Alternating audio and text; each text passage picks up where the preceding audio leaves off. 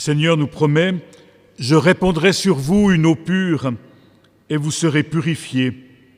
Je vous donnerai un cœur nouveau. Je mettrai en vous mon esprit. J'ôterai votre cœur dur comme une pierre et je vous donnerai un cœur réceptif pour que vous marchiez dans mes chemins. Alléluia. »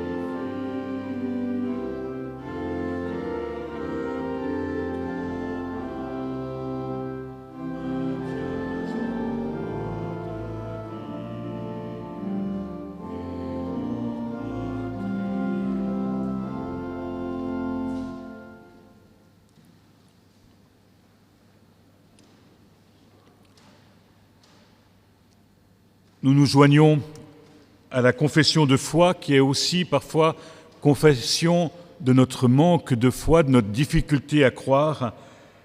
Et il y a ce très beau passage dans l'Évangile du Père qui demande à Jésus la guérison de l'enfant malade et qui dit « Je crois, viens au secours de mon manque de foi ».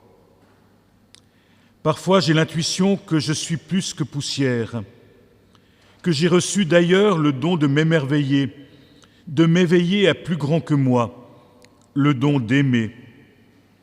Parfois, j'ai l'intuition que l'immense univers tourne rond en harmonie, malgré la froideur et la méchanceté, malgré l'inconstance et l'éphémère de la vie. Je crois, Seigneur, viens au secours de mon manque de foi. Parfois, j'ai l'intuition que je pourrais laisser derrière moi mes erreurs, que je n'ai plus besoin de me laisser enfermer dans un passé qui pèse. Parfois, j'ai l'intuition d'entendre une voix qui me dit d'aller de l'avant, d'oser la vie sans calculer, d'oser l'amour sans attendre de retour, d'embrasser l'espérance.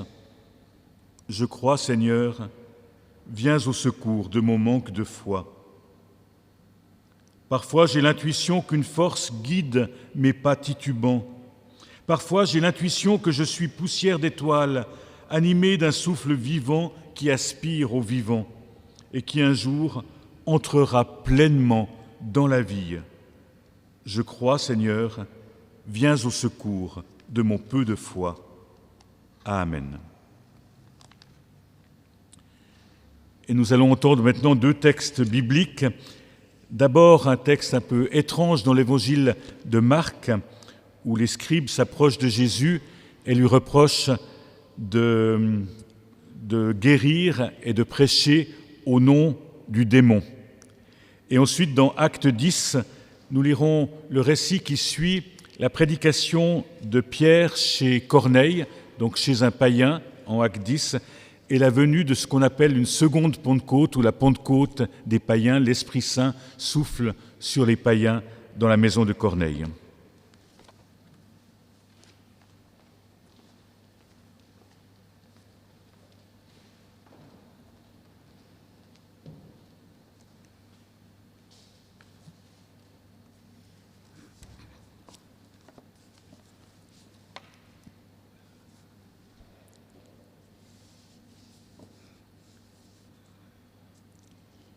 Lecture dans l'Évangile de Marc, au chapitre 3, les versets 20 à 35. Jésus vient à la maison et de nouveau la foule se rassemble à tel point qu'ils ne pouvaient même pas prendre leur repas. À cette nouvelle, les gens de sa parenté vinrent pour s'emparer de lui, car ils disaient « Il a perdu la tête ».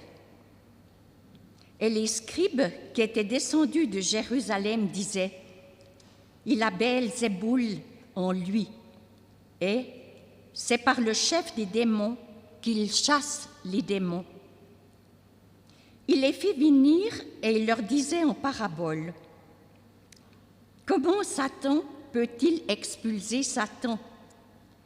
Si un royaume est divisé contre lui-même, ce royaume ne peut se maintenir. Si une famille est divisée contre elle-même, cette famille ne pourra pas tenir. Et si Satan s'est dressé contre lui-même, et s'il est divisé, il ne peut pas tenir, et c'en est fini de lui. Mais personne ne peut entrer dans la maison de l'homme fort et piller ses biens s'il n'a d'abord ligoté l'homme fort. Alors il pillera sa maison. En vérité, je vous déclare que tout sera pardonné aux fils des hommes, les péchés et les blasphèmes aussi nombreux qu'ils en auront proférés. Mais si quelqu'un blasphème contre l'Esprit Saint, il reste sans pardon à jamais. Il est coupable de péché pour toujours. Cela parce qu'il disait « il a un esprit impur ». Arrivent sa mère et ses frères. Restant dehors, ils le firent appeler. La foule était assise autour de lui. On lui dit « Voici que ta mère et tes frères sont dehors. Ils te cherchent. » Il leur répond « Qui sont ma mère et mes frères ?» Et parcourant du regard ceux qui étaient assis en cercle autour de lui, il dit « Voici ma mère et mes frères. Quiconque fait la volonté de Dieu, voilà mon frère, ma sœur, ma mère. »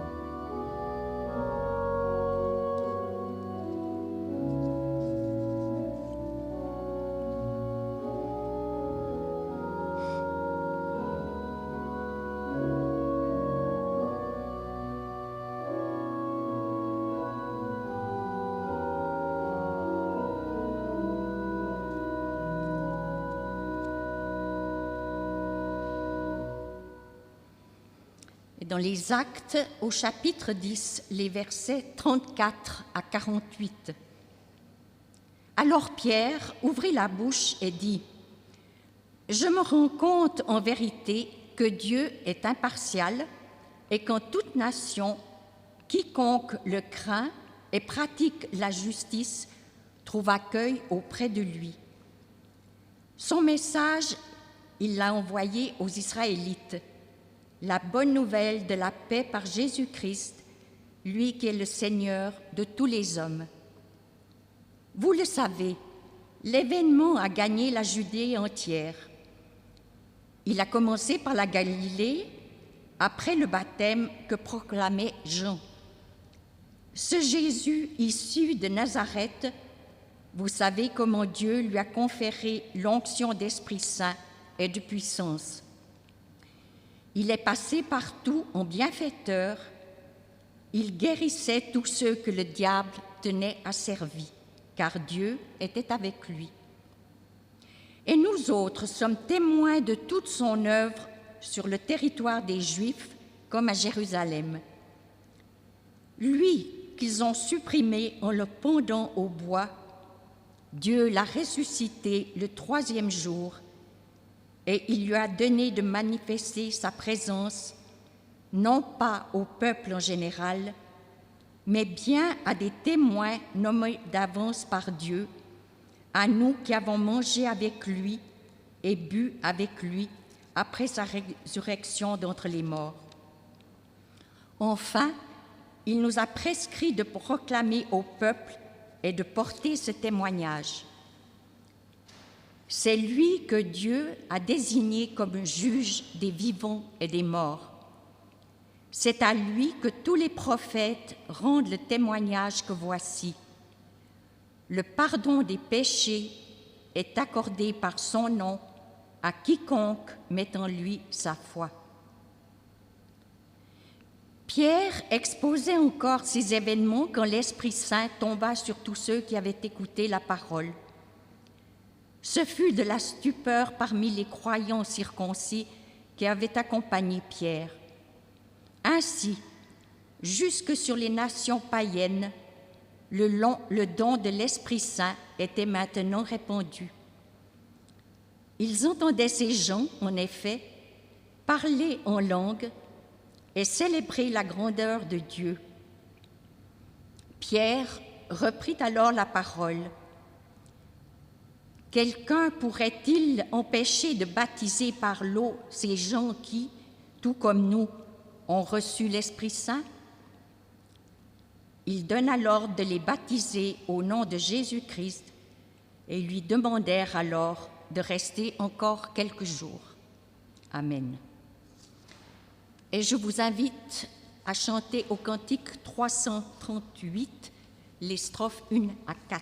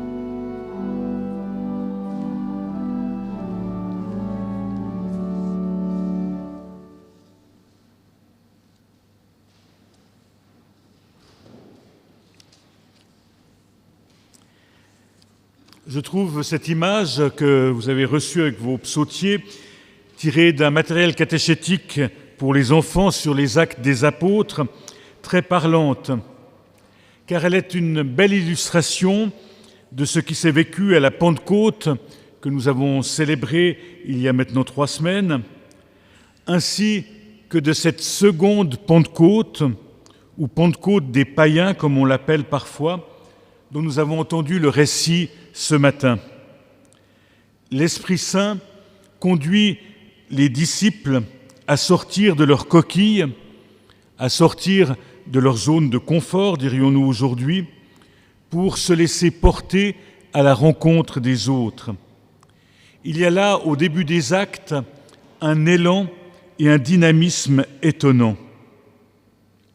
Au tout début d'ailleurs du livre des Actes des Apôtres, Luc nous présente, avant la Pentecôte, un petit groupe de disciples isolés et timorés, enfermés dans une chambre haute, se rappelant sûrement avec une certaine nostalgie les actes et les paroles de leur maître assassiné.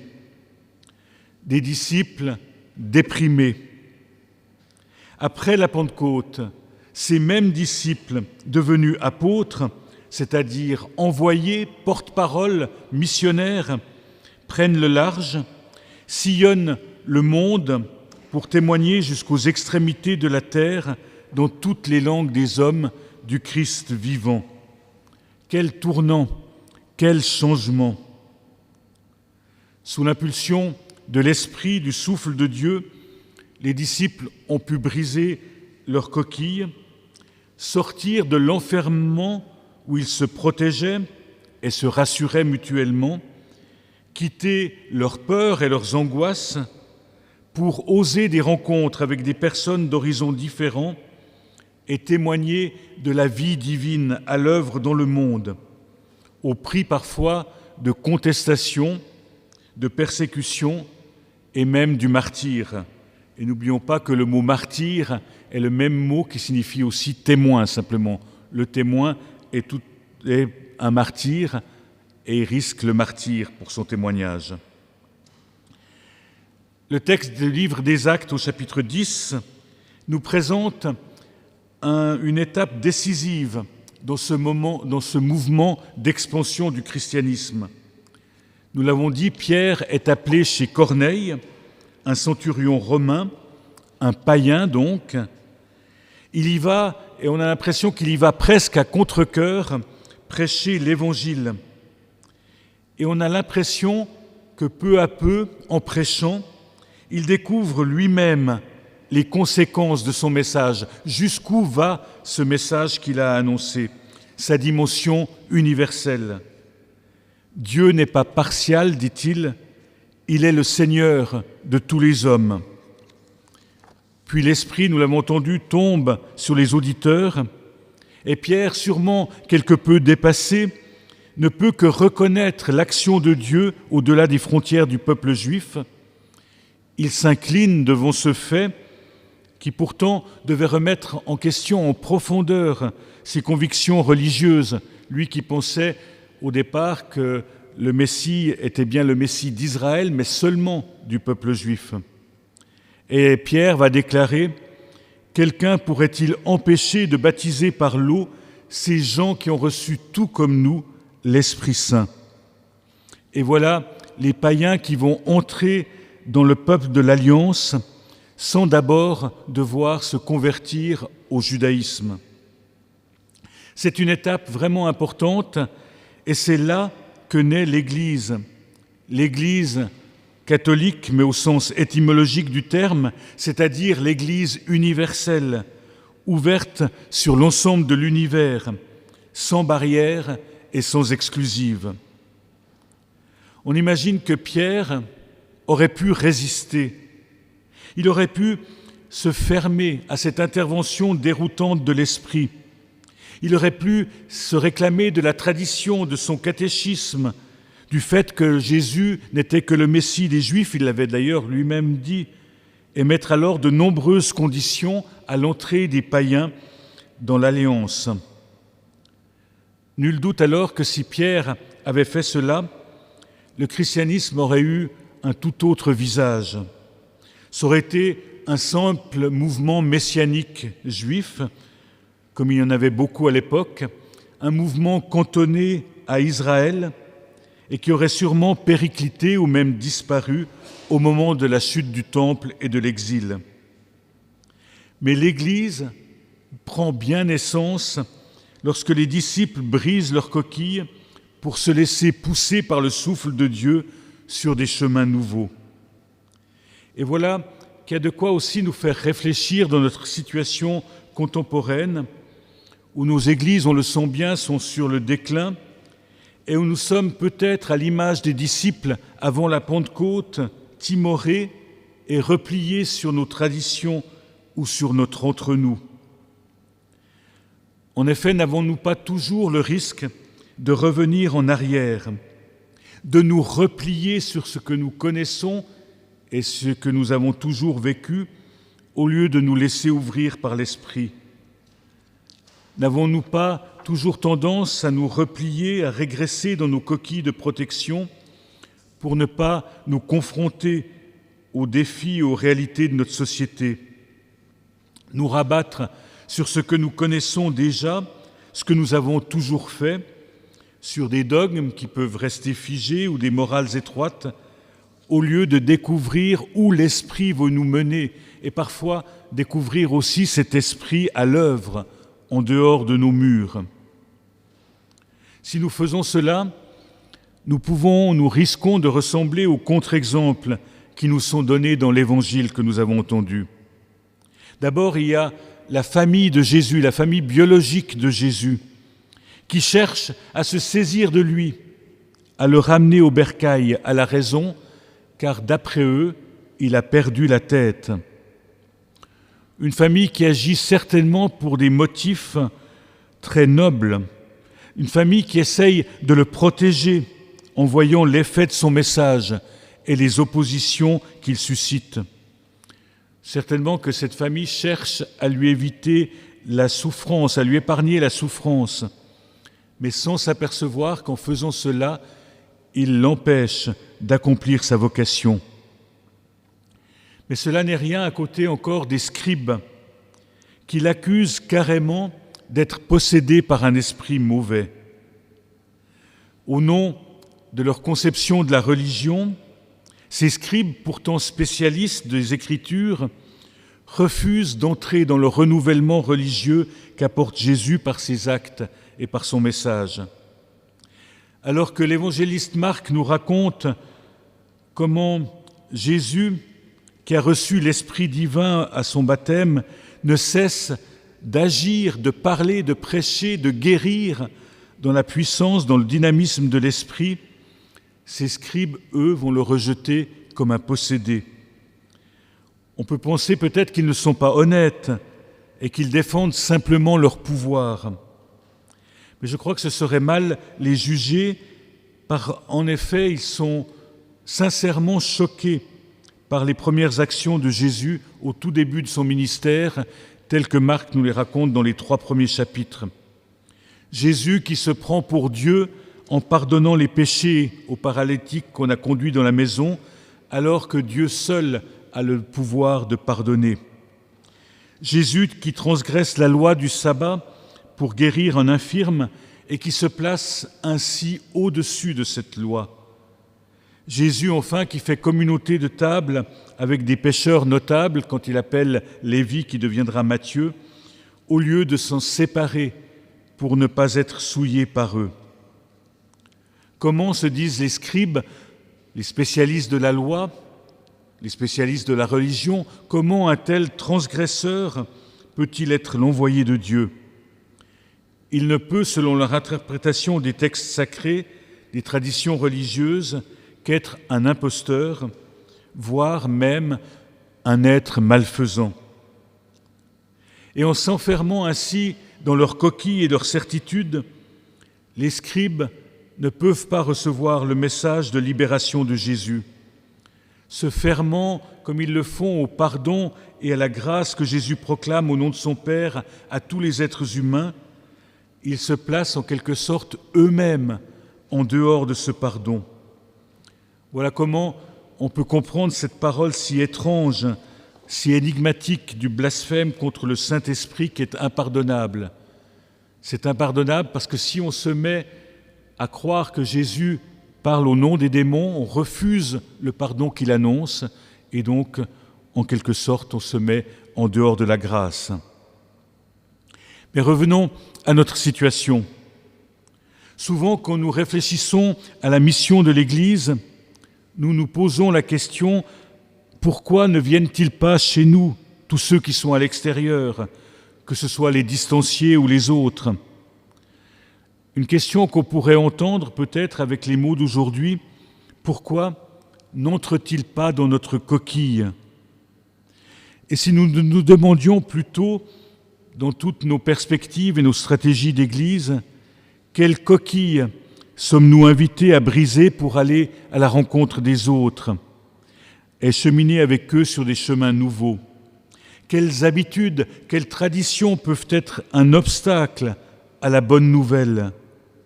Quel blocage nous empêche de suivre l'Esprit qui souffle où il veut, nous dit l'évangéliste Jean, et qui bouscule, qui nous bouscule? Voilà des questions certainement à nous poser en tant qu'Église, que les églises cantonales souvent se posent, en tant que paroisse aussi, mais qui peut avoir une résonance aussi personnelle et existentielle. Car nous sommes aussi, en tant que personnes, invités à briser nos coquilles de protection pour éclore à de nouvelles relations. Avec nous d'abord, en notre intimité, avec les autres qui sont à nos côtés, et avec Dieu. Ce n'est pas toujours facile, car si nous avons dans nos vies, dans le parcours de nos vies, créé ainsi des coquilles, c'est pour avoir une certaine stabilité, et c'est bon d'avoir de la stabilité. C'est pour nous protéger aussi des changements toujours menaçants que pourrait produire la confrontation à autrui ou à d'autres situations. C'est aussi souvent pour nous épargner les blessures qui peuvent nous être infligées.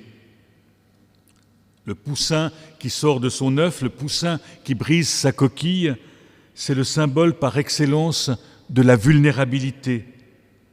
Briser sa coquille, c'est en effet s'accepter dans cette fragilité, se livrer à la relation vivante et oser la confiance contre toutes les formes de peur qui nous paralysent et peuvent parfois nous replier sur nous-mêmes. Alors oui, c'est le message de ce matin, dans ce temps qui suit la Pentecôte et où l'on célèbre, où l'on a entendu ce matin cette Pentecôte pour tous, cette Pentecôte des païens, en tant que personne, en tant qu'Église, laissons-nous porter par ce souffle de Dieu qui vient souvent nous étonner, qui vient briser nos coquilles de protection pour des chemins que nous n'avons pas encore suivis et qui sont ouverts devant nous, devant chacune de nos vies, et où Dieu lui-même nous accompagne. Amen.